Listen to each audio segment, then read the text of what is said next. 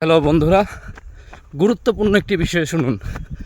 অনেকে আমরা jogging, running এবং স্প্রিন্ট এটার পার্থক্য বুঝি না। আমরা মনে করি দৌড়ানোই সব কিছু। বাট আমি এখন যে মোশনে আছি এটা হচ্ছে জাস্ট জগিং। এটা কি জগিং?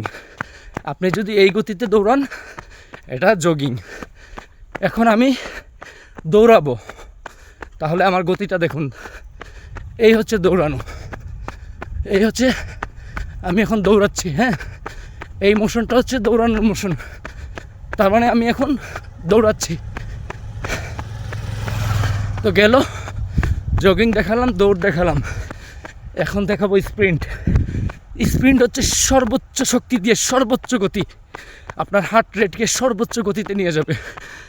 তাহলে বন্ধুরা, এখন আপনাদেরকে দেখাচ্ছি স্প্রিন্ট।